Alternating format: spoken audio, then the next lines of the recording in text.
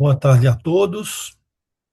Hoje é dia 6 de abril de 2026 e estamos iniciando a atividade do eixo temático Insumos Farmacêuticos do Programa Educacional promovido pela Academia de Ciências Farmacêuticas do Brasil, em nome da qual dou-lhe as boas-vindas. As atividades ocorrem às segundas-feiras, das 18 às 19h30, e o calendário está disponível para consulta no site cienciasfarmacêuticas.org.br e em nossas redes sociais. O Programa Educacional da Academia de Ciências Farmacêuticas do Brasil possui atividades gratuitas graças aos mantenedores a quem faço questão de citar nesse momento: a AMS, Sindusfarma, Eurofarma, Iperafarma, Abafarma, Abifina, BD, FCE Farma, Hipofarma, ICF, Sincamesp, Stevanato Group e o Iton Brasil. Eu sou Leoberto Costa Tavares, sou acadêmico titular da cadeira número 35 da Academia de Ciências Farmacêuticas do Brasil e sou docente do Departamento de Tecnologia Bioquímica Farmacêutica da Faculdade de Ciências Farmacêuticas da USP. Serei o moderador dessa atividade, que terá 1h30 de duração, com a seguinte distribuição de tempo: 10 minutos para a abertura, 50 minutos para a apresentação da palestra e os 30 minutos restantes direcionados para perguntas e comentários. Solicitamos aos participantes que formulem suas perguntas ou façam suas colocações no Q&A. As perguntas e colocações serão recebidas e organizadas por mim e procurarei encaixar o melhor número possível dentro do tempo estabelecido. A palestra de hoje, intitulada Tecnologia e Biodiversidade, Cianobactérias como fonte de compostos bioativos, será ministrada pela doutora Camila Manuel Stranovic. A professora Camila é doutora e docente do Departamento de Tecnologia Bioquímica Farmacêutica da Faculdade de Ciências Farmacêuticas da USP. Ela graduou-se em Farmácia e Bioquímica pela Universidade de São Paulo, na Faculdade de Farmácia de Ribeirão Preto. Tem doutorado em farmacognosia pela Universidade de Illinois, em Chicago, e coordena o Lab Azul, que é o Laboratório de Biotecnologia de Produtos Naturais Microbianos, onde integra genômica, metabolômica, ensaios biológicos para investigação de metabólitos secundários. Seu trabalho tem ênfase em produtos naturais de cianobactérias, com foco em bioprospecção, desreplicação, isolamento e elucidação estrutural, visando compreender o papel dessas moléculas em interações ecológicas e na descoberta de fármacos. Professora Camila, muito bem-vinda e é um prazer tê-la conosco aqui. A palavra é sua, professora. Muito obrigada, professor Leoberto, pela introdução e também, obviamente, pelo convite. Estendo meu agradecimento ao professor Lauro Moreto e também à Academia de Ciências Farmacêuticas. Eu venho acompanhando o programa educacional e é uma honra para mim agora poder contribuir um pouquinho para o programa também. Bom, como o professor Leoberto disse, o título da minha palestra é Tecnologia e Biodiversidade, pensando nas cianobactérias como fonte de compostos bioativos. E eu me sinto na necessidade de justificar o que uma farmacêutica tem tanto interesse nesse grupo de organismos, e é por aí que eu vou começar. Bom, os produtos naturais são reconhecidamente uma importantíssima fonte de fármacos. Inclusive, uma análise recente de 2020, que compilou as moléculas que foram aprovadas entre 1981 e 2019, verificou que 67% desses fármacos, dessas pequenas moléculas aprovadas como fármacos, são de alguma forma inspiradas em produtos naturais. Então, aqui a gente tem 6% de produtos naturais não modificados, mas os 61% de moléculas que são de alguma forma relacionadas com produtos naturais, sejam derivados, inspirados, ou então que sejam sintéticos, mas com um grupo farmacofórico de produto natural. Então, os produtos naturais têm essa importância, não necessariamente como o produto final, mas inspirando o desenvolvimento e o melhoramento de moléculas também. Historicamente, nós temos as plantas como uma grande fonte de fármacos, mas a partir da descoberta da penicilina, né, 1928, 29, a atenção se voltou também aos micro-organismos. A gente tem, né, a época de ouro dos antibióticos, lá na década de 50 e 60, quando muitos antibióticos foram descobertos por micro-organismos de solo, reforçando essa questão dos micro-organismos. Agora, e se nós buscarmos em organismos que ainda são pouco estudados, o que será que a gente consegue encontrar? E é exatamente aí que entra o interesse do nosso grupo de pesquisa nas cianobactérias. Então, esses organismos são procariotos, assim como bactérias, mas a diferença é que eles fazem fotossíntese. Então, cianobactérias são bactérias que fazem fotossíntese. São reconhecidas como uma das primeiras formas de vida que surgiu no planeta Terra, inclusive por fazerem fotossíntese e gerarem oxigênio, elas são reconhecidas como uma das responsáveis pela mudança da atmosfera terrestre, o que permitiu o desenvolvimento de outras formas de vida. Por conta do tempo delas na Terra, elas também são muito adaptadas a vários ambientes. Então, a gente encontra cianobactérias nos desertos, em geleiras e também nas nossas florestas tropicais aqui. A gente lembra muito das cianobactérias por conta das florações tóxicas que elas formam. Então, quando elas contaminam a represa Billings, a gente recebe notícia desses organismos e elas produzem toxinas, que para elas têm funções ecológicas importantes, não só toxinas, mas também outros metabólitos secundários. E aqui eu trago alguns metabólitos secundários que hoje a gente já conseguiu relacionar com funções ecológicas importantes para esses organismos. Por exemplo, proteção ultravioleta, impedir que herbívoros se alimentem desse pasto aquático, alelopatia, competição por recursos e por aí vai. Do ponto de vista farmacêutico, e considerando que esses compostos se ligam a alvos biológicos, será que a gente também consegue triá-los, analisá-los para ensaios biológicos de interesse farmacêutico? Minha resposta é sim. Hoje já existe uma diversidade de atividades biológicas relevantes para a farmácia que foram associadas a metabólitos secundários de cianobactérias. Então, aqui algumas, né? Atividade antiproliferativa contra células de câncer, antibacteriana, antifúngica, antiviral, por aí vai. E eu gostaria de trazer um exemplo concreto disso em relação à atividade antiproliferativa, que é da dolastatina 10. A dolastatina 10 é esse pequeno peptídeo, um peptídeo simples com algumas modificações estruturais que foi inicialmente descoberto a partir de um molusco marinho. Mas conforme as pesquisas avançaram, tanto as farmacêuticas como as pesquisas ecológicas, se identificou que não é o molusco que produz esse composto. Na verdade, é a cianobactéria da qual ele se alimenta. E essa cianobactéria, ela pode ser cultivada em laboratório, inclusive para a descoberta desse composto, que é muito citotóxico e muito potente, e por isso tem pequenas quantidades no molusco, foi necessário dizimar muitos quilos desse molusco para a elucidação do composto em si. Agora, com o conhecimento de que ele é produzido por cianobactérias, a gente não precisa necessariamente predar o molusco para descobrir esse tipo de composto, a gente consegue ir direto nas cianobactérias. Inclusive, a dolastatina 10, ela é muito ativa, ela é muito bioativa.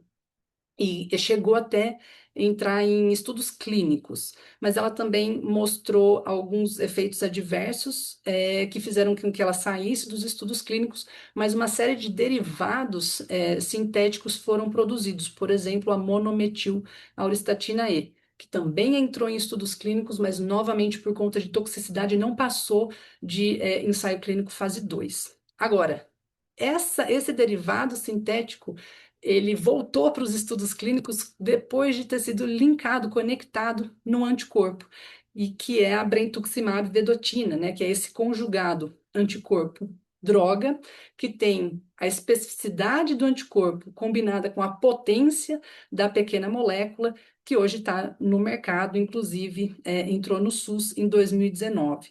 E esse anticorpo droga, né, esse conjugado, ele é o primeiro que teve uma implementação de sucesso na clínica. A gente teve um outro conjugado anticorpo-droga que também foi aprovado antes da brentuximab vedotina, mas acabou não vingando. Bom, então esse aqui é um exemplo de sucesso de um fármaco inspirado num produto natural, num metabólito secundário de cianobactéria. Então, como é que a gente faz para descobrir novos compostos e aumentar o nosso arsenal terapêutico a partir dos micro-organismos? Então, agora eu vou mostrar um fluxo de trabalho desde a coleta até a elucidação estrutural, e aqui no cantinho inferior direito eu deixo para vocês um QR Code que leva para esse livro aqui. Então, essa explicação que eu vou dar é um capítulo desse livro que eu tive o prazer de editar junto com dois colegas da Faculdade de Ciências Farmacêuticas, o professor Jarley e o professor Daniel. Então, aqui já está feito o merchan de um dos nossos produtos didáticos. Inclusive, é um bom livro didático para disciplinas de farmacognosia, biotecnologia, tem nos dado bastante apoio. Mas sigamos aqui. Então, a primeira etapa desse processo de biodescoberta é a coleta do material ambiental. A gente coleta essas amostras, leva para o laboratório e isola as linhagens de cianobactérias.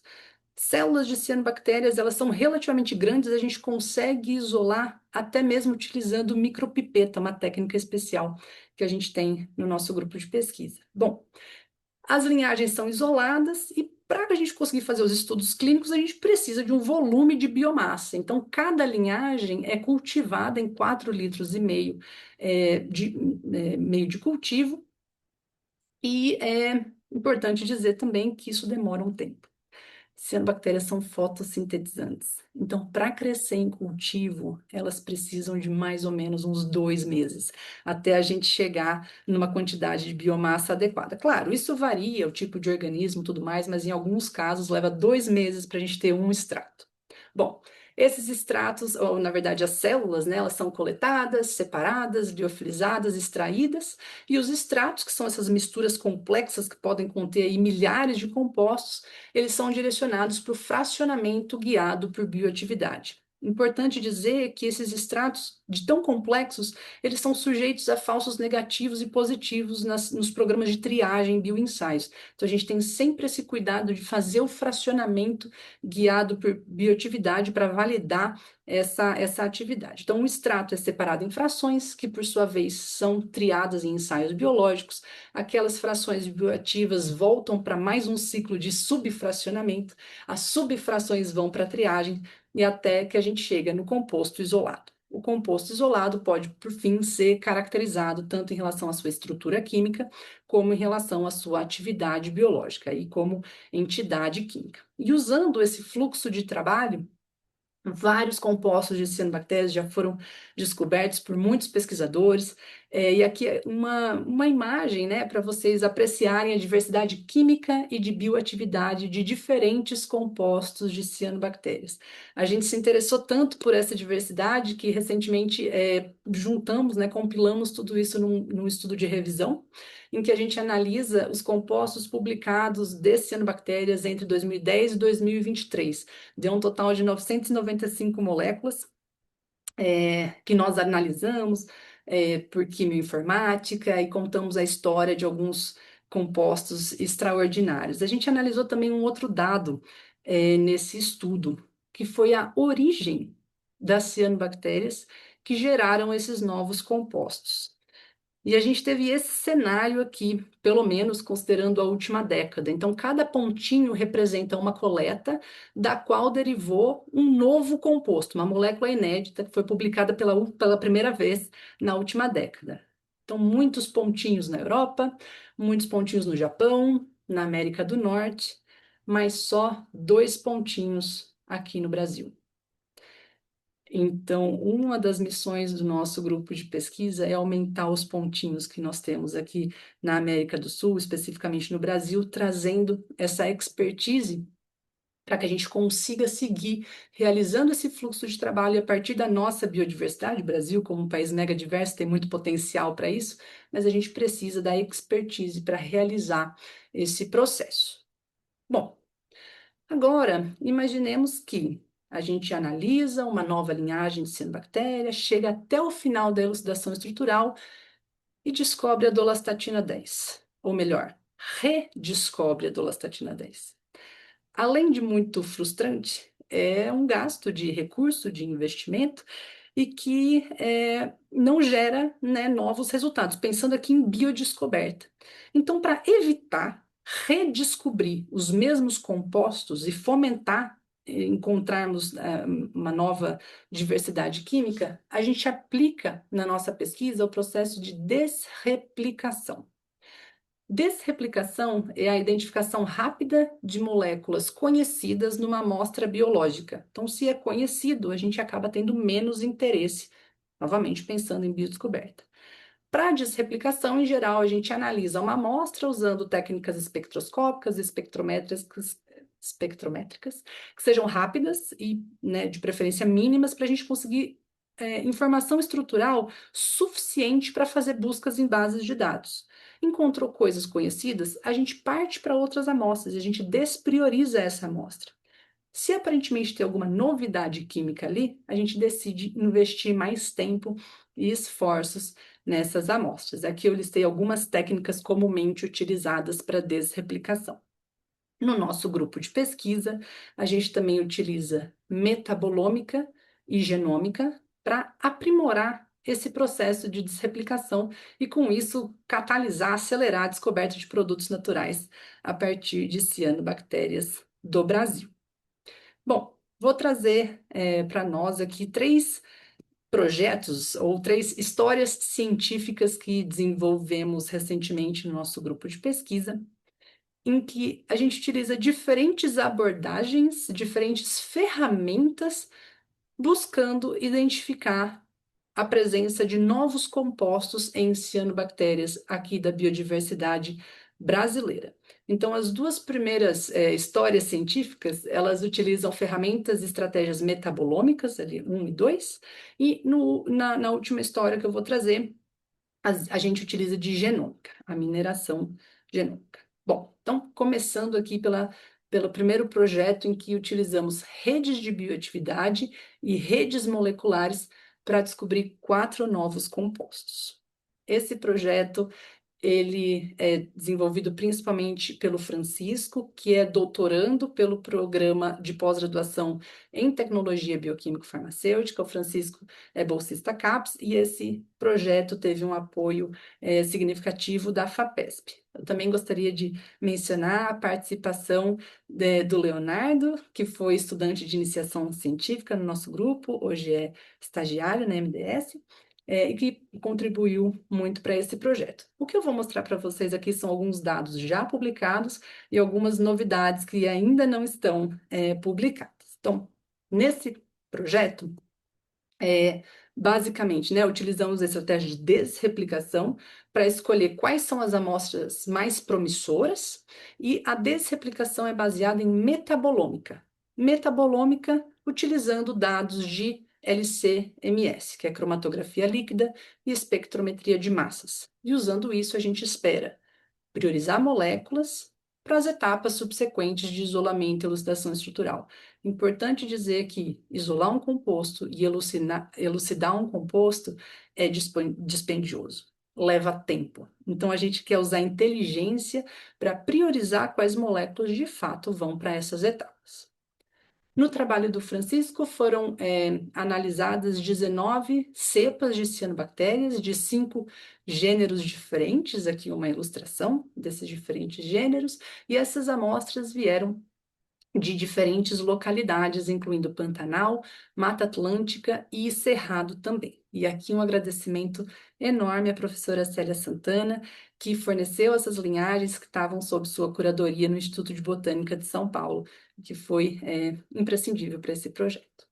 Bom, cada uma dessas linhagens foi cultivada, a biomassa foi coletada, extraída e cada extrato foi pré-fracionado. Cada uma dessas 6 pré-frações, então, um extrato gera 6 pré-frações. Cada uma delas foi analisada tanto por espectrometria de massas de alta resolução e espectrometria de massas em tandem, que é o MS-MS, e também diferentes bioensaios de atividade antiproliferativa, anti-leishmania e também contra vários micro-organismos. Vocês imaginam que são bastante, né, vários dados aí para serem analisados. Essa análise metabolômica utilizou de 3 plataformas diferentes, então o NP Analyst, eu vou explicar rapidamente como elas funcionam, o GNPS e o Sirius. O NP Analyst para redes de bioatividade. No GNPS, a gente constrói redes moleculares. E o Sirius é utilizado para desreplicação. E com isso, a gente consegue priorizar compostos bioativos e inéditos. O artigo vai até aí, mas eu vou mostrar para vocês como a gente deu o próximo passo e conseguimos isolar e elucidar estruturalmente os compostos que agora estão em processo de caracterização biológica. Bom, como resultado, se a partir de cada extrato a gente gera 6 frações, tivemos 114 frações. Quando passamos, né, a analisar cada uma dessas frações nos diferentes bioensaios, conseguimos 1.330 pontos de resultados de bioensaios, e no LCMS, mais de 11.500 features. Quando eu falo features, entendam que são sinais detectáveis. Então, a massa carga, um tempo de retenção formam uma feature. Aí, nesse caso, também a feature pode ser definida como um espectro MS-MS que vem a partir de um mesmo íon precursor. Bom, dito isso, são muitos dados que analisar manualmente seria muito difícil, se não impossível. Então, para análise conjunta dos dados de LC-MS e bioatividade, a gente utilizou o NP Analyst, uma ferramenta desenvolvida pelo grupo de pesquisa do professor Linton na Simon Fraser University, no Canadá. E essa é uma ferramenta gratuita, disponível, de acesso aberto. Então, nessa ferramenta, nós conseguimos inserir os dados de LCMS e os vários dados de bioatividade, tudo ao mesmo tempo, e ela faz o mapeamento da atividade. Então, a partir do perfil de bioatividade de uma fração e dos metabólitos detectados naquela fração, essa ferramenta começa a dar pontuações e agrupar esses metabólitos de acordo com a probabilidade da correlação com a atividade e a presença nas diferentes amostras. Os resultados, eles vêm né, nessa plataforma de fácil visualização, em forma dessas redes de bioatividade, em que os quadradinhos representam as amostras e os círculos representam as moléculas detectadas nas amostras. Então, aqui, por exemplo, a gente tem compostos que estão presentes em mais de uma amostra, compostos que podem ser eventualmente exclusivos de uma amostra. Então, de acordo com a presença e ausência, bioatividade, o perfil de bioatividade, esses mapas começam a ser criados. Essa ferramenta gera 2 tipos de pontuação, então é o Activity Score e o Cluster Score. No Activity Score, a gente tem uma medida da força da bioatividade predita por uma determinada feature. E no Cluster Score, é uma medida da consistência da presença ou não dessa amostra, perdão, desse sinal detectável nas diferentes frações, no nosso caso. Essa é uma visualização bastante simples, mas eu já vou mostrar para vocês como que isso fica na nossa rede molecular com muito mais amostras. E vejam, o Cluster Score ele vai começar a combinar, a concentrar os metabólitos em famílias de bioatividade, famílias de compostos que têm atividades biológicas parecidas, que a ferramenta chama de comunidades. Então, olha que bacana, das nossas 11.500 features, aqui nessa rede de bioatividade, a gente já tem uma redução drástica do número desses sinais, para 585 sinais agrupados em 8 comunidades. Ainda assim é muita coisa, mas a gente tem um ponto para começar, porque a partir dessa rede de bioatividade, a gente consegue quebrar cada uma das comunidades e analisá-las de uma forma independente. Então, cada uma das comunidades pode ser visualizada na plataforma nesses diferentes formatos, né? Como rede, como heatmap, né? De bioatividade. E uma visualização que eu gosto muito é por tempo de retenção das features que tiveram uma pontuação significativa. Então, vejam aqui nesse caso da linhagem 3280, que é uma formedium, a gente tem uma concentração dos dados nesse ponto aqui de tempo de retenção entre 3 e 4 minutos. Então, isso aqui levanta um alerta. Se eu precisar escolher alguns compostos para analisar em mais detalhes, definitivamente seriam esses. Agora, até então a gente está falando de bioatividade. Eu não tenho informação nenhuma em relação à estrutura química desses compostos. E para biodescoberta, eu preciso das duas coisas. É atividade biológica e ineditismo químico, se eu quero descobrir algo novo. E para identificar se esses sinais eles são relativos a novos compostos ou compostos conhecidos, eu preciso dar o próximo passo na minha estratégia de priorização. E é aí que entram as redes moleculares. No caso das redes moleculares, a gente também analisa os dados de LC-MS, mas não necessariamente em termos de bioatividade, mas sim de similaridade espectral, similaridade dos espectros MS-MS. E a gente assume que, se eles são parecidos, eles formam famílias espectrais, eles provavelmente também têm estruturas químicas parecidas. E é aí que se baseiam as redes moleculares. Então, nas redes moleculares, cada círculo, cada nodo representa um espectro de consenso que a gente pode entender como um metabólito, e se eles estão conectados, eles são uma família de coisas com similaridade espectral, que a gente assume também uma similaridade de estrutura química. Como é que fica a cara da nossa rede molecular nesse caso? É esse aqui. Então, são muitos pontinhos, muitas conexões, mas o que é interessante, muitas famílias químicas que passam a se juntar. E esse gráfico, ele é difícil de interpretar sozinho também, mas junto com o outro, com a outra rede, a coisa muda, porque a gente tem já o interesse nas diferentes comunidades de bioatividade e a gente pode buscar aonde estão esses compostos lá na rede molecular. E a rede molecular tem uma coisa bacana do GNPS, ela é conectada numa base de dados. Então, aqui a gente consegue começar a anotar compostos, de acordo com a similaridade com coisas conhecidas. E sim, vários desses compostos já são descritos e conhecidos na literatura. E a gente validou todas essas anotações com uma análise mais detalhada, usando a ferramenta Sirius. Não vou explicar em detalhes como ela funciona, mas basicamente ela ajuda no cálculo de fórmulas moleculares e encontrar em bases de dados públicas moléculas que são parecidas com aqueles dados experimentais que a gente tem. Feita essa anotação, quando a gente volta aqui para esses resultados, a gente também quer buscar compostos que não tenham a anotação tão óbvia. Será que algumas dessas moléculas podem ser inéditas? E aqui a resposta é sim. Na comunidade 2, por exemplo, a gente conseguiu detectar que havia compostos potencialmente inéditos, correlacionados com alguma bioatividade, mas a gente não encontrou nenhum match nas bases de dados. A partir daqui, a gente passou à etapa de isolamento e elucidação estrutural. Para isso, foi necessário cultivar um microorganismo em maior escala.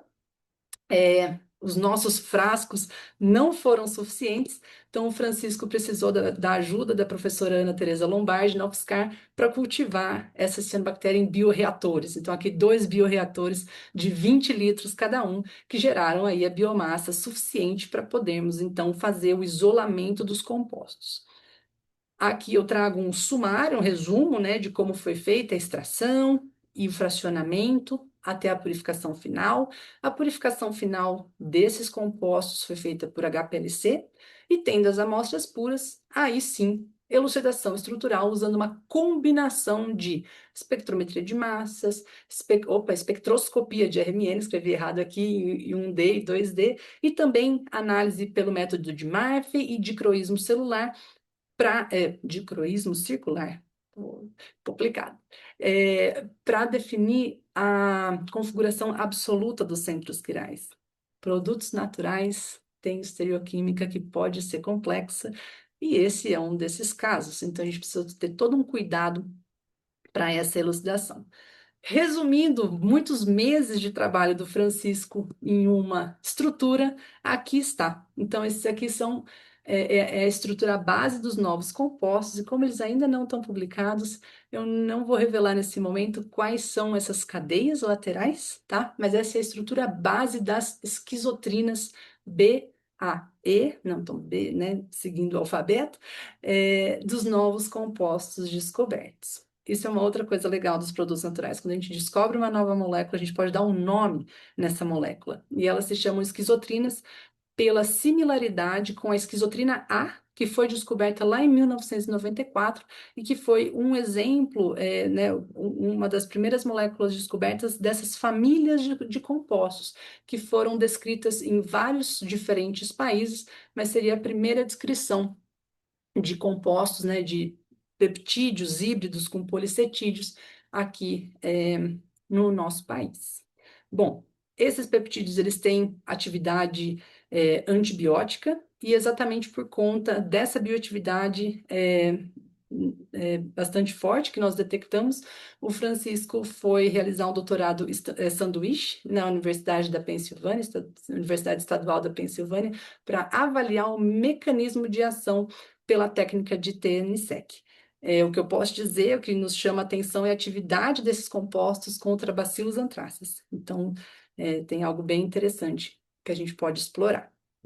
Então, nesse primeiro exemplo, o que eu mostrei para vocês foi o uso de 3 diferentes plataformas ou ferramentas para análise metabolômica de 19 linhagens de cianobactérias que, dentre muitas conclusões que estão lá descritas no artigo, nós descobrimos 4 novos compostos, não apenas isso. Então, a partir desse trabalho, vários outros foram derivados, mas aqui eu quis mostrar do começo ao fim até chegar na estrutura de um novo composto, né? Quais são as etapas que levam, e aqui no nosso caso, usando também metabolômica e desreplicação.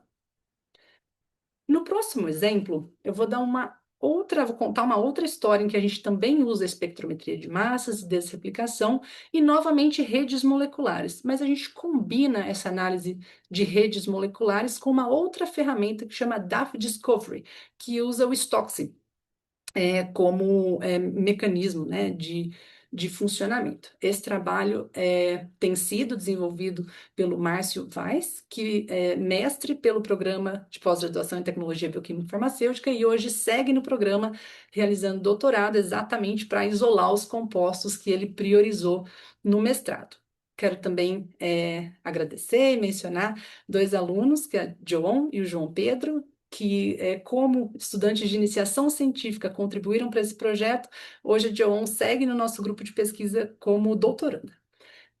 Muito bom. Então, o que a gente tem aqui nesse trabalho do Márcio começa da mesma forma, a partir das linhagens, e mais uma vez agradeço a professora Célia Santana por ter fornecido as linhagens para a gente. Cada linhagem foi cultivada em escala ampliada, tivemos extratos, o fracionamento. E o fracionamento, a gente usou o mesmo processo do outro trabalho do Francisco, é o procedimento que a gente usa desde do início dos nossos trabalhos e que a gente achou importante publicizar. Então, ele está publicado como um protocolo de acesso aberto nessa plataforma que chama protocols.io, em que a gente pode destrinchar o protocolo com fotografias, é um repositório de protocolos, tá? Então, convido quem tiver interesse a dar uma olhadinha, né, no nosso procedimento, que é público, obviamente. Bom, as frações também foram analisadas em vários bioensaios e por espectrometria de massas de alta resolução, espectrometria de massas em tandem. E aqui, além da plataforma GNPS, que eu já comentei com vocês, e do Sirius para desreplicação, a outra ferramenta que nós incluímos foi o DAF Discovery. Nesse projeto específico, né, nós analisamos 9 cepas de cianobactérias filamentosas. As cianobactérias filamentosas, elas têm genomas maiores do que as coccoides em geral, e com isso também maior potencial biosintético, porém elas demoram mais para crescer. Talvez por isso haja menos estudos em relação a elas. Então, hoje a gente tem focado muito das nossas pesquisas nas cianos filamentosas. Então, formamos uma quimioteca de 54 frações que tiveram resultados em vários bioensaios. Aqui eu esqueci de adicionar os bioensaios contra células MCF7 e HCT. Bom, de qualquer forma, a primeira coisa que nós fizemos foi desenvolver uma rede molecular. Então, só relembrando, na rede molecular, a gente agrupa os compostos de acordo com similaridade espectral. além da similaridade espectral, a gente também tem a base de dados embutida que nos ajuda a anotar alguns compostos. Então, logo de cara, nós pudemos anotar alguns metabólitos primários, que podem ser de interesse da indústria cosmética, por exemplo, mas nesse caso da biodescoberta seria de interesse um pouquinho menor. Mas estão aqui anotados os clusters de compostos dessas classes. Outra coisa que nós observamos é que dentre as 9 linhagens, 3 delas tinham um número de features na rede molecular muito significativo. Um grande número de nodos para essas 3 linhagens aqui. E não só um grande número de nodos, vários clusters únicos, formados por compostos, estão aqui da mesma cor, ou seja, são exclusivos de uma linhagem. E isso também nos chamou a atenção, porque pensando em metabolismo primário e secundário, enquanto metabólitos primários podem ser compartilhados por diferentes organismos, em geral, os metabólitos secundários são exclusivos de um gênero e, por que não, de uma linhagem. Então, nesse caso, a gente encontrou vários metabólitos aparentemente exclusivos de algumas dessas linhagens. Então, só uma observação aqui em relação à diversidade química. Mas e aí? Quais dessas moléculas podem de fato estar associadas à bioatividade que a gente enxergou? E é aí que entra a ferramenta DAF Discovery. Essa ferramenta foi desenvolvida pelo professor Ricardo Borges, na UFRJ. Nós participamos, inclusive, dos primeiros testes dessa ferramenta. E, basicamente, ela aceita dados de RMN, massas e bioatividade, não necessariamente os três, podem ser 2 a 2, então RMN massas e bioatividade, por aí vai. E a análise que ele faz por Stochsy, né, que é a espectroscopia de correlação total estatística, busca covariância. Isso é importante dizer, para frações. Então, se a gente tem uma série de frações que vêm da mesma amostra, a gente pode esperar que vai ter alguma sobreposição, alguns compostos que vão estar em 2 frações, mas em quantidades diferentes. Essa variação, essa covariação da quantidade então, da intensidade dos sinais detectados também varia nos bioensaios. Então, essa ferramenta dá a pontuação de score de bioatividade, ou Bioactivity Score, de acordo com a covariância dos sinais, RMN, massas e bioatividade. Um exemplo mais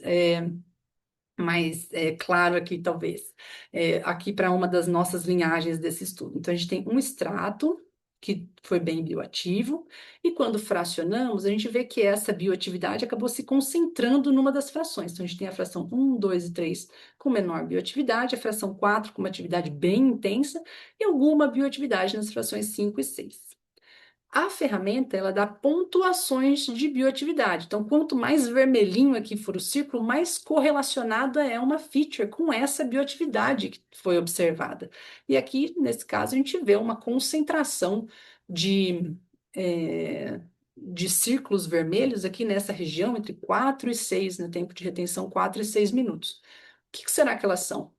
Voltando para a rede molecular, a gente identificou aonde que estão essas moléculas. Então, aqui é a tabela, né, de resumo do que o DAF Discovery identificou para essa linhagem, para células MCF7 e para artemissalina, então pontuações bem altas nesse caso, né, de correlação de bioatividade. Aqui as fórmulas que nós calculamos pelos cílios, e aqui quais são os clusters em que essas features estão localizadas. Então, olhando com mais detalhes esses clusters, a gente consegue ver aonde que estão, né, essas features, e mais do que isso.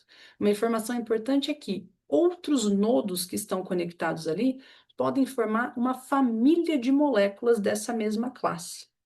Nesse caso, a gente identificou que essas 2 features aqui anotadas, ou então, né, essas 2 features apontadas, podem ser anotadas como policetídeos da família da acotificina e esse análogo de dehidroacotificina. São policetídeos, e nesse caso eu deixo o ponto de interrogação, por quê? A gente só fez análise por espectrometria de massas até esse momento. E esses compostos não têm na literatura o espectro de massas no material suplementar de artigo, em nenhum lugar que a gente pudesse acessar. Então, todos os dados batem, mas para ter certeza, a gente vai precisar do RMN, portanto, aí de uma simplificação dessas amostras, um fracionamento a mais. Mas da mesma forma, mesmo que esses compostos já sejam conhecidos, a outros análogos conectados ali. Então, nesse momento, a gente tem segurança de dizer que nesses clusters temos potencialmente polissetídeos inéditos. E quando a gente volta para a nossa rede molecular, então aqui, né, os clusters A e B, que eu já falei para vocês. Mas tinha aquelas outras duas linhagens que também chamaram a atenção, e dessas duas outras linhagens também temos clusters que pudemos associar com bioatividade ou ineditismo químico e nos direciona para as próximas etapas.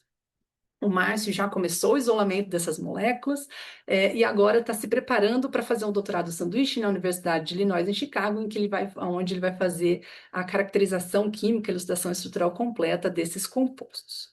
Então, aqui nessa segunda história científica, nós utilizamos outras ferramentas. Então, redes moleculares, novamente, mas diferentemente da primeira história em que a gente usou rede de bioatividade, aqui a plataforma DAF Discovery, que nos direcionou para os compostos bioativos.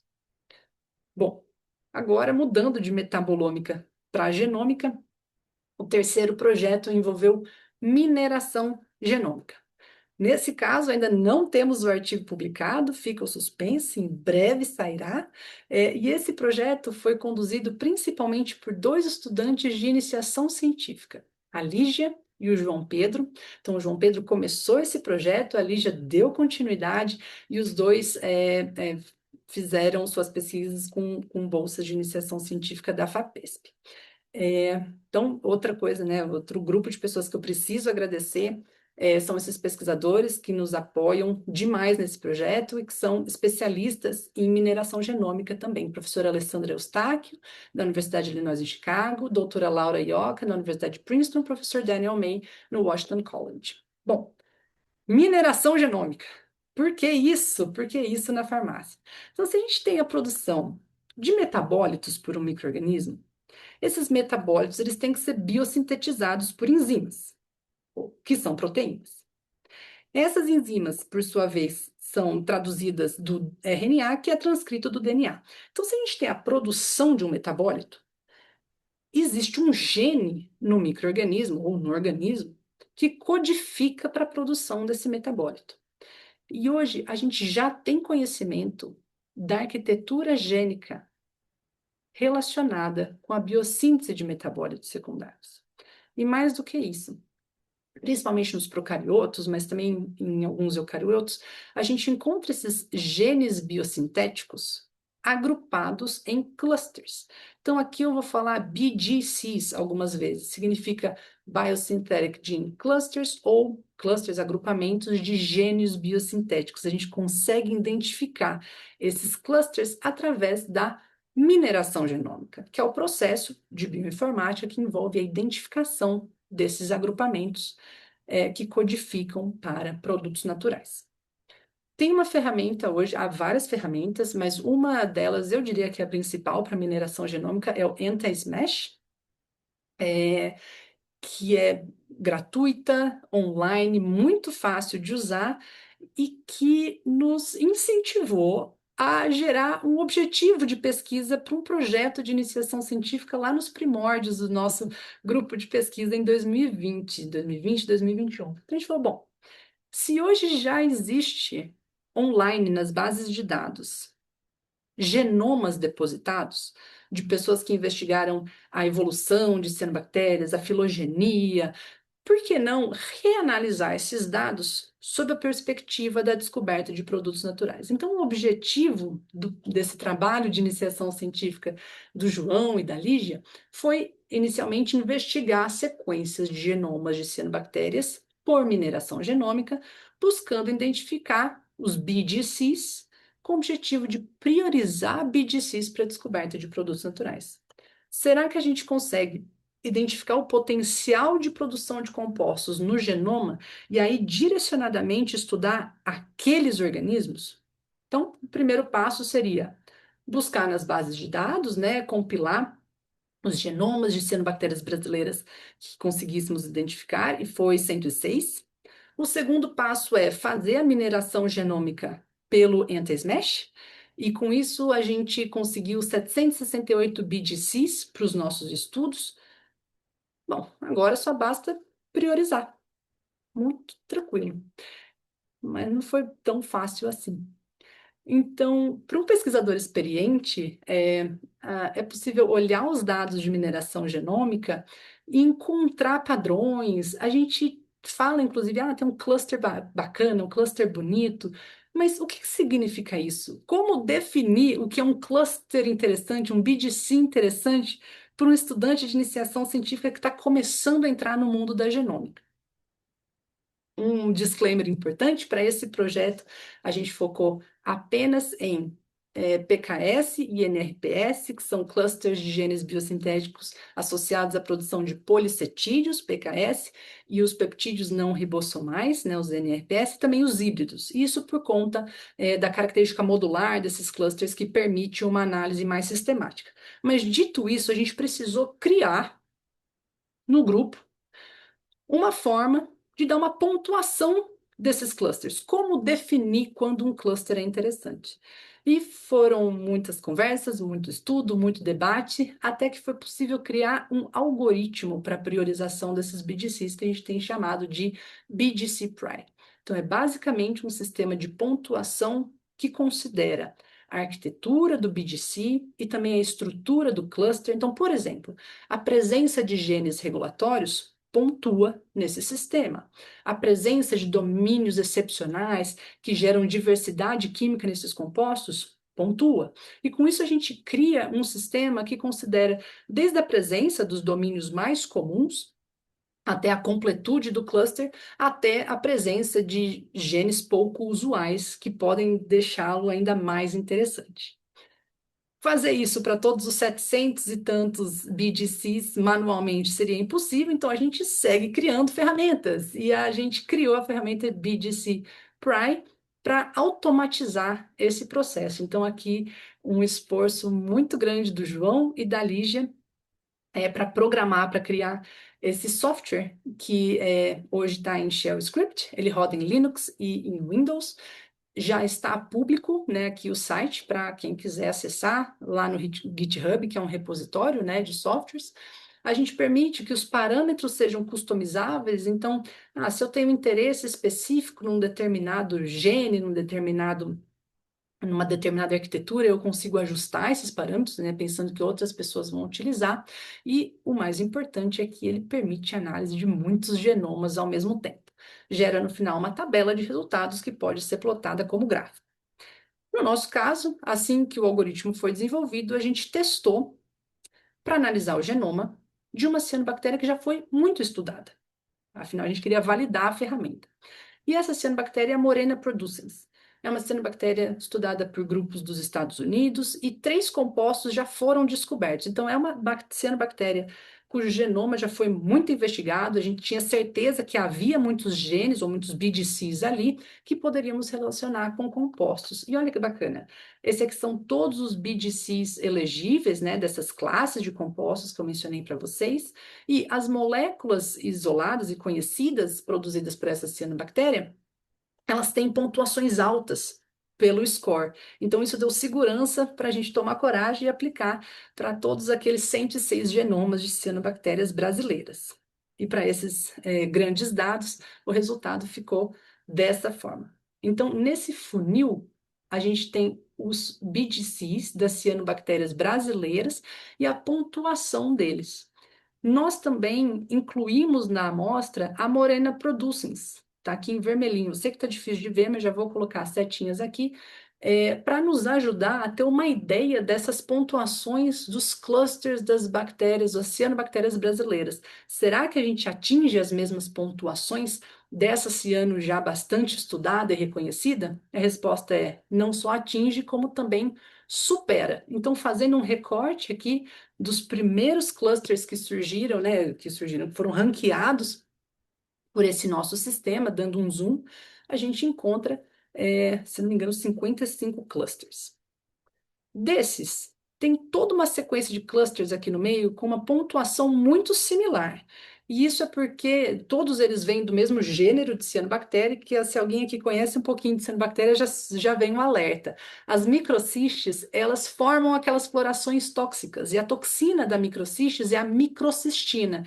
que é um peptídeo bastante complexo, uma estrutura química bem peculiar, e aqui tiveram uma pontuação alta. Mas, de novo, pensando em biodescoberta, se algo já é conhecido, a gente desprioriza.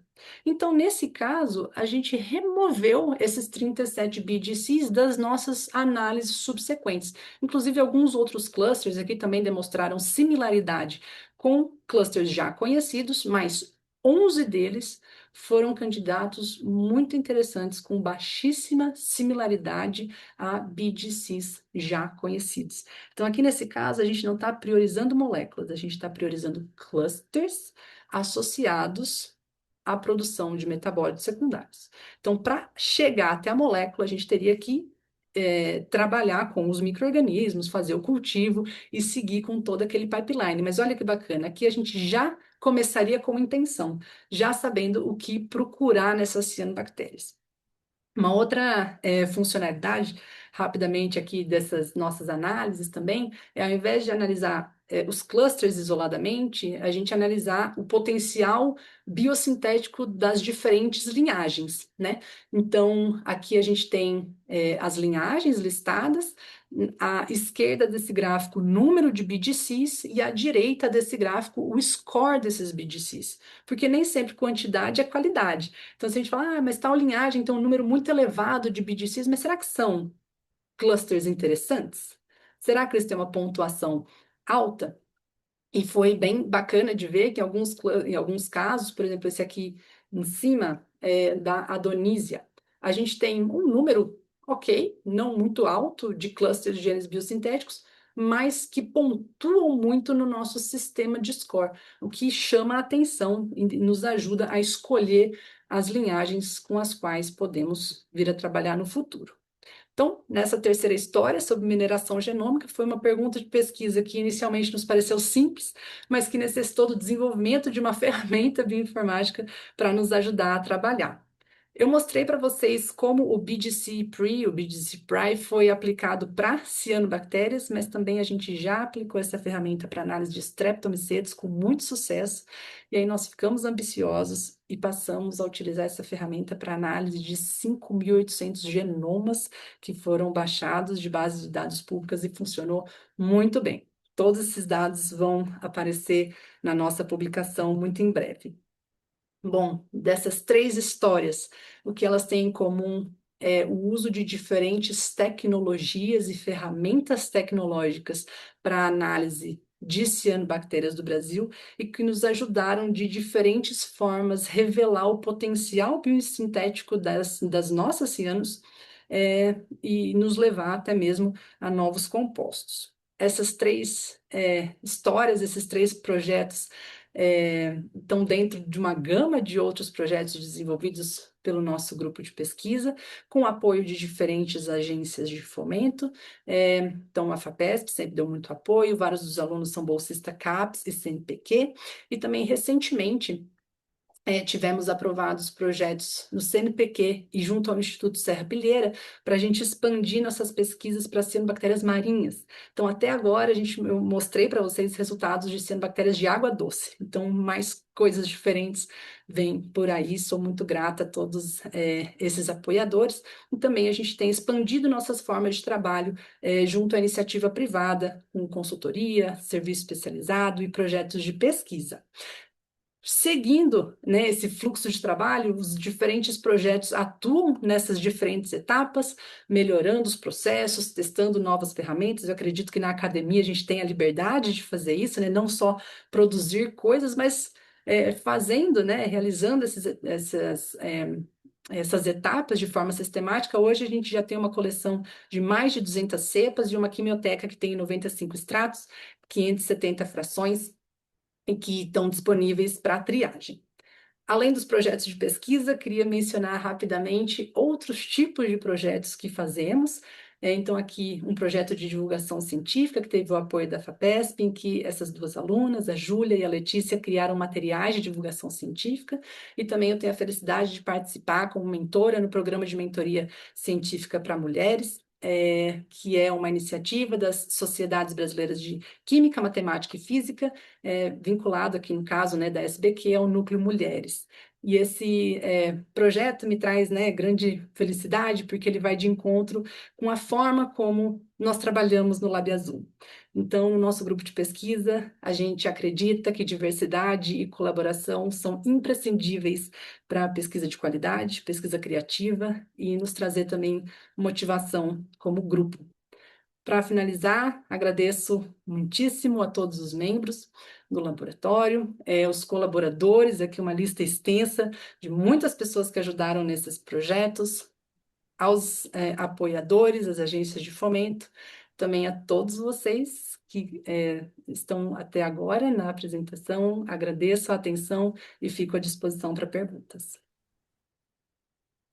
Professora Camila, muito obrigado pela sua palestra, realmente muito interessante, e posso dizer que é um orgulho para todos nós tê-la conosco na Faculdade de Ciências Farmacêuticas, no nosso Departamento de Tecnologia Bioquímica Farmacêutica, e que eu tenho o prazer de dividir com você a disciplina que nós ministramos juntos, que é Tecnologia Farmacêutica, e ter você como palestrante aqui na academia, na nossa academia, que realmente trouxe para nós uma palestra muitíssimo interessante, inovador, um trabalho inovador, de excelentíssima qualidade. Parabéns, professora. Professora, nós temos aqui algumas perguntas. Eu vou começar perguntando à senhora, dentre as ferramentas e abordagem apresentadas, qual você considera a mais promissora? Senhor Liberto, muito obrigada, obrigada a todos que estão acompanhando. Eu vou dar aquela resposta que permeia outros aspectos. Então, depende. Depende dos recursos, depende do número de amostras, depende da intenção da pesquisa. Então, eu mostrei diferentes ferramentas, pensando na metabolômica, por exemplo, que podem ser utilizadas para quando a gente tem números maiores e menores de amostras. Por exemplo, o NP Analyst, uma ferramenta que ela pode ser utilizada para análise de extratos. Eu não preciso de frações para usar essa ferramenta. No caso do DAF Discovery, eu preciso que as amostras estejam fracionadas. Ela só funciona com frações. E ela funciona melhor quando eu tenho bioensaios definidos. Já o NP Analyst ele pode analisar e mapear a bioatividade em diversos bioensaios ao mesmo tempo. Então, depende, nesse caso, do tamanho do trabalho, do volume de dados que nós temos. Ou mesmo, se eu não tenho capacidade de cultivar um grande número de micro-organismos no laboratório, eu preciso fazer uma seleção antes mesmo de cultivar. Nesse caso, a abordagem genômica, ela traz uma perspectiva mais interessante, né? Então, acho que varia de caso a caso, e cada ferramenta, cada abordagem tem sua potencialidade. Tá bem, muito obrigado. Eu tenho mais algumas perguntas aqui. Tem uma pergunta do Paulo Henrique Santos Vieira, que ele fala assim: durante a metodologia de cultivo que você explicou, né, o isolamento é feito com micropipeta. Ele achou interessante e pergunta: poderia explicar melhor como é feita essa metodologia? Perfeito. Então, antes de explicar a metodologia, eu vou falar como outras formas também, que são mais comuns, que é a placa estriada, né? Então, a gente pode simplesmente colocar uma amostra ambiental numa placa e várias culturas vão crescer ali, né? Aí, a partir das colônias, a gente passa a purificar. Mas no caso das cianobactérias, algumas delas que são maiores, eu falei das filamentosas, né? As filamentosas costumam ter células maiores, a gente consegue fazer além de micropipeta, a gente chama de pescaria, como se fosse a pescaria das células. Então, utilizando um estereomicroscópio, a gente consegue colocar a amostra ambiental numa gotinha de meio de cultivo e usar uma pipeta capilar para fazer a pescaria de um filamento da cianobactéria. Então, a gente logo de cara da amostra ambiental, a gente nem precisa esperar crescer na placa de diversidade, né, ou placa estriada. A gente consegue capturar aquele um filamento usando pipeta capilar e microscópio e já transferir para um tubo com meio de cultivo. E dessa forma, a purificação pode ser mais rápida. Claro, um filamento demora para crescer, mas dessa forma a gente garante uma purificação logo nas etapas iniciais do isolamento da linhagem. Tudo bem. Temos ainda uma pergunta do Rômulo Pereira de Jesus.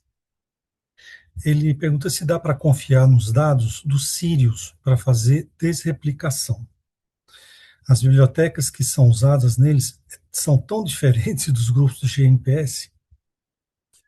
Excelente comentário. E até por isso que a gente tem que utilizar as ferramentas com muito critério, né? Então, mesmo o GNPS que o Rômulo comentou, ele pode dar algumas anotações que a gente precisa ter critério para analisar. Será que eu estou encontrando um composto de fungo em cianobactéria? Talvez possa ser um erro da plataforma bioinformática, um dado que foi mal adquirido, tem muitas coisas que podem acontecer aí. Mas veja, a gente utiliza nesse processo os círios lá no final, para aquela desreplicação refinada, para o cálculo da fórmula molecular, já tendo informação de que aquele composto é o de interesse. Os círios é muito difícil de utilizar se a gente quer verificar todos os compostos num extrato. Um extrato pode ter milhares de compostos. Até uma fração pode ter uma centena de compostos. Então, dessa forma, com menos critério, é mais difícil de filtrar os dados e olhar com carinho para esses dados. Então, o que que a gente faz? A gente usa essas outras ferramentas para realmente priorizar aquelas que a gente quer analisar pelos círios, e nos círios a gente filtra os resultados pensando que estamos trabalhando com produtos naturais, estamos trabalhando com cianobactérias, e a gente sabe, até pela revisão sistemática que a gente fez, quais são as famílias de compostos, os tipos de compostos que a gente pode encontrar ou mesmo contaminantes. Então, imagina que eu estou analisando toda essa análise e eu tive uma contaminação por um ftalato na amostra, um plástico. Essas ferramentas vão ajudar a anotar esses contaminantes e a gente logo desprioriza. Então, eu diria que sim, é muito possível confiar nessas anotações com critério, sabendo a filogenia do seu organismo, tendo ideia da polaridade das frações, isso também ajuda muito a filtrar os resultados dessas plataformas que podem muitas vezes cuspir um resultado. E aí a gente, com o critério científico, né, de cientista da área de produtos naturais, no meu caso farmacognosista, a gente saber selecionar o joio do trigo um pouquinho nesse caso, tá? Professora Camila, tem aqui não é bem uma pergunta, mas um comentário do Hilton Santos. Ele parabeniza a professora Camila e sua equipe, e ele fala que sua didática é espetacular, torna simples processos tão complexos como o apresentado. Isso é Drug Discovery brasileiro e com a nossa biodiversidade. Parabéns. Fico muito agradecida, obrigada. Temos aqui ainda um comentário do Júlio César Tuller Júnior. Ele também parabeniza a professora Camila e ele fala: fiquei curioso para saber se vocês fazem a triagem biológica por high throughput e se ela é feita no laboratório de vocês. Excelente pergunta. Para os bioensaios, nós trabalhamos com colaborações. Então, muitos dos colaboradores que eu citei naquele slide final, eles são os responsáveis pela realização dos bioensaios.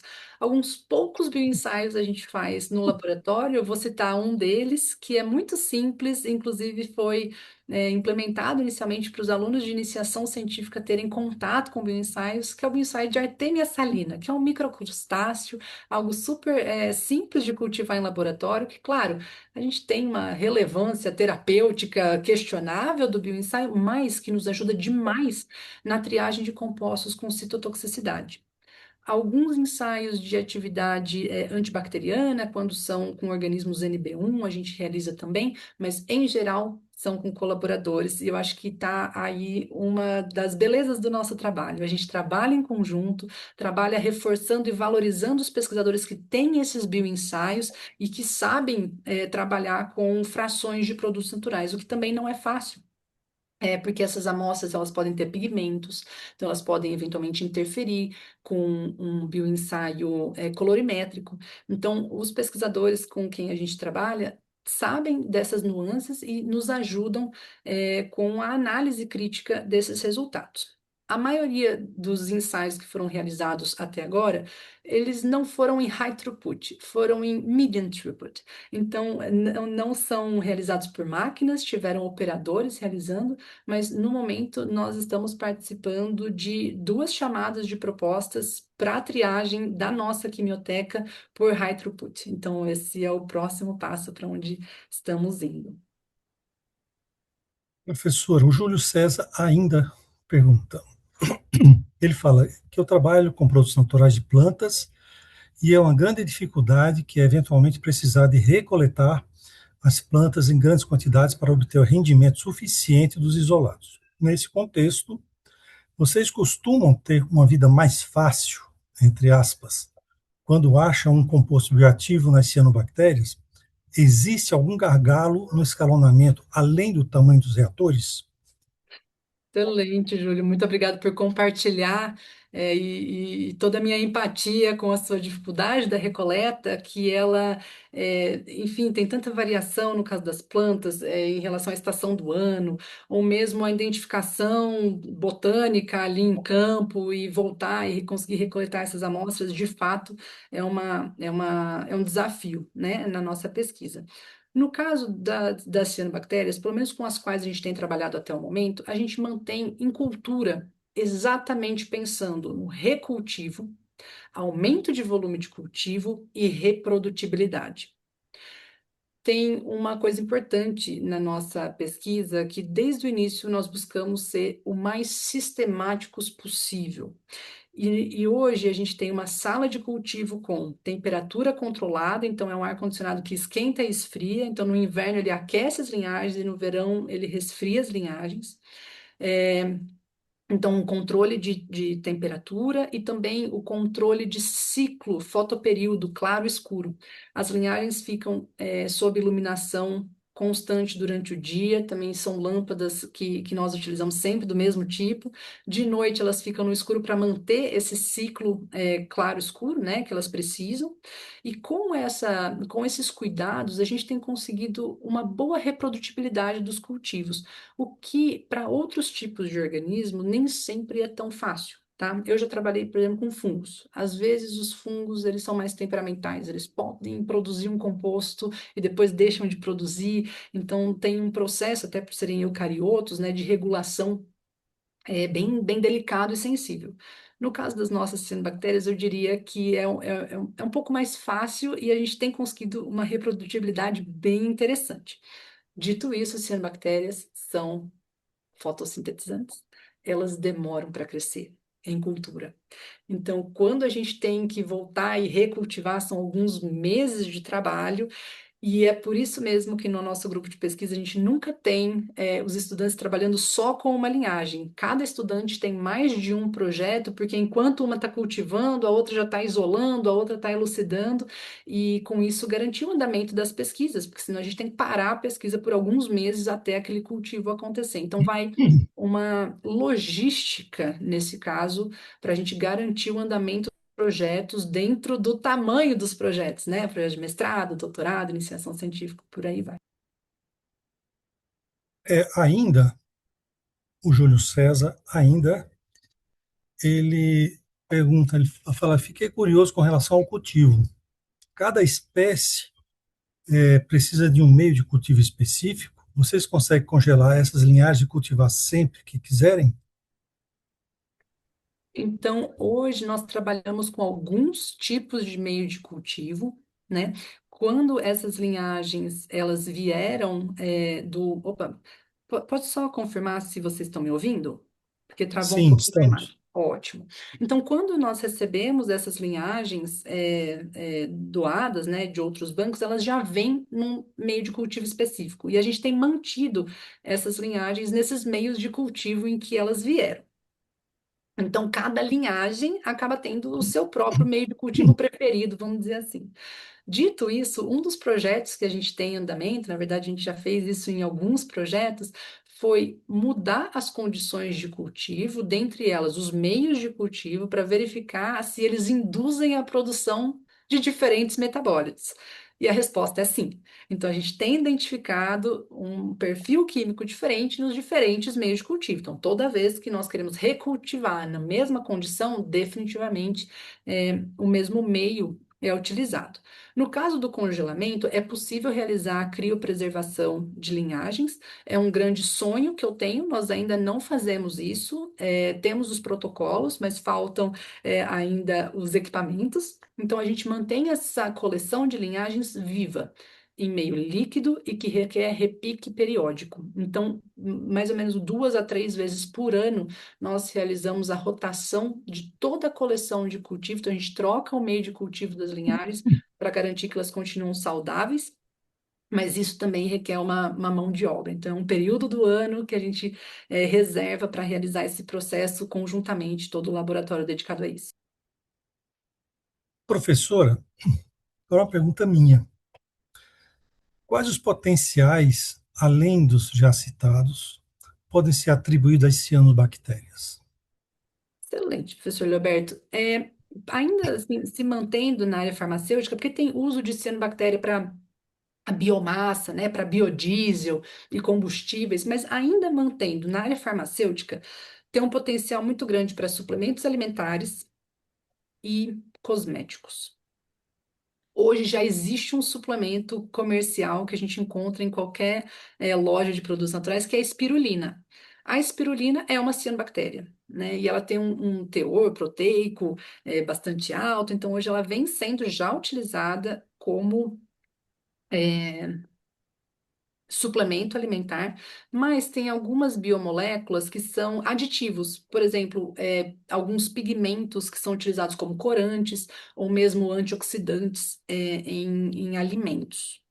Em relação a cosméticos, até mesmo pelas cianobactérias serem fotossintetizantes, elas produzem moléculas de proteção UV.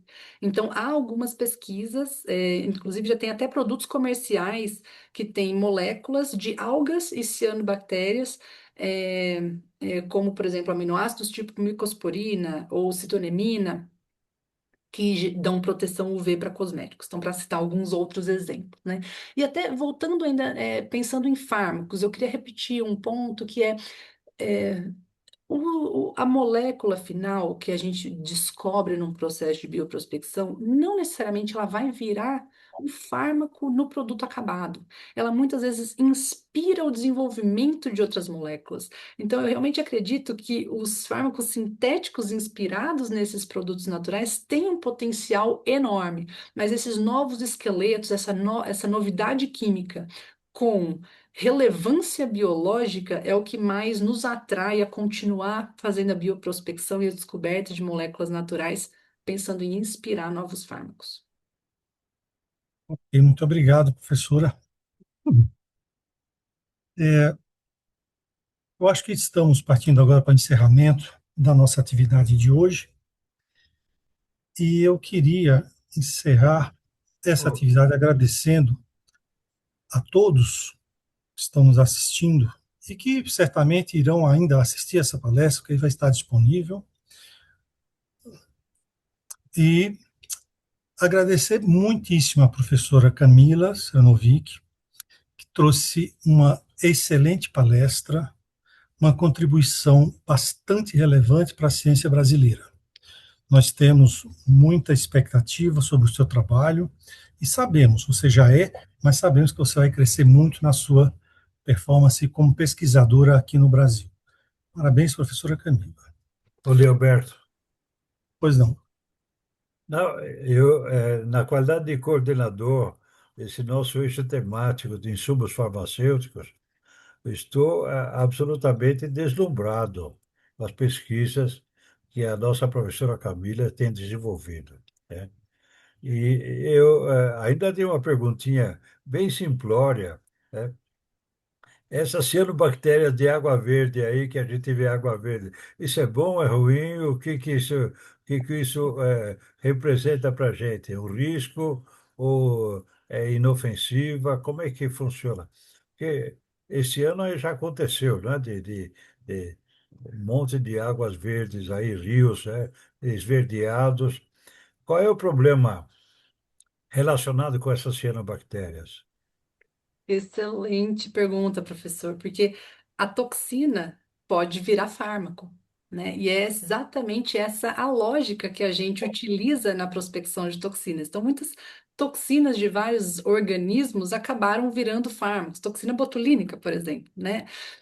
Então, nesse aspecto, quando está de forma desregulada, uma floração por conta de mudança climática, por conta de várias coisas, aumento, de poluição nos reservatórios, quando a gente tem um aumento do crescimento das cianobactérias, que geram essas florações tóxicas, definitivamente um risco à saúde humana e animal. Lembrando que a água desses reservatórios podem ir para gado, por exemplo, e essas toxinas eventualmente se acumularem, né, na carne do gado, peixes e por aí vai. Então, nesse aspecto, é um risco ecotoxicológico muito grande. E aqui uma menção à pesquisa ecotoxicológica das cianobactérias do Brasil, que é muito relevante e importante. Mas virando a chave e pensando que se essas moléculas são produzidas, elas têm uma função de se ligar a alvos biológicos, por que não explorá-las e aprimorá-las e aperfeiçoá-las para um uso terapêutico? Então, essa dualidade, o lado tóxico e o lado terapêutico das cianobactérias que andam juntos. Então, muito Professora obrigado. Camila, É. Fala, Leoberto. professora Camila, chegou mais uma pergunta. Acho que ainda dá tempo para que possa ser feita e respondida. É da Thaís Cunioche. Ela fala: parabéns, professora Camila, pela palestra e pelo Lago Azul. Então, a pergunta é sobre os peptídeos estudados. Eles são geralmente produzidos via ribossomo? Pergunta 2. Qual o grau de pureza que geralmente se alcança para a realização dos testes? Há muita dificuldade de degradação dos compostos nas etapas de downstream? Excelentes perguntas, Thaís. Então, as cianobactérias, elas produzem tanto peptídeos ribossomais como peptídeos não ribossomais. Mesmo os ribossomais, eles costumam ter modificações pós-tradicionais, né? Então, eles são ribossomais, mas com modificações. Por exemplo, a metilação dos nitrogênios no peptídeo, né? Então, esse tipo de coisa pode acontecer. E também os não ribossomais. Então, eu diria que ambos e eu já participei de pesquisas que levou à descoberta desses dois tipos de peptídeos, tá? Então, os dois igualmente importantes, relevantes e que são encontrados. E a segunda pergunta foi em relação a, me ajude aqui, professor Leoberto. A segunda pergunta: o grau de pureza que geralmente Hum, se alcança para a realização dos testes? ótimo. Os produtos naturais, em geral, eles têm uma característica que precisa ser considerada, e o nome para isso é complexidade residual.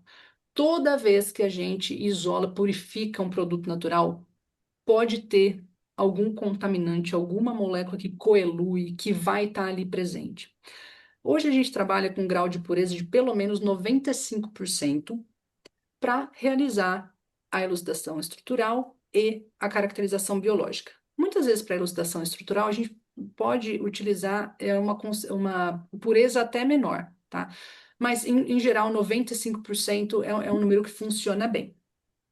Há casos em que mesmo purezas de 99% podem ter um contaminante que, no fim das contas, é o que gera o resultado biológico por conta da alta potência. Então, esse é um cuidado que a gente sempre tem que ter em produtos naturais, e obrigada pela sua pergunta sobre isso. Então, assim, mantenhamos-nos atentos nesse aspecto.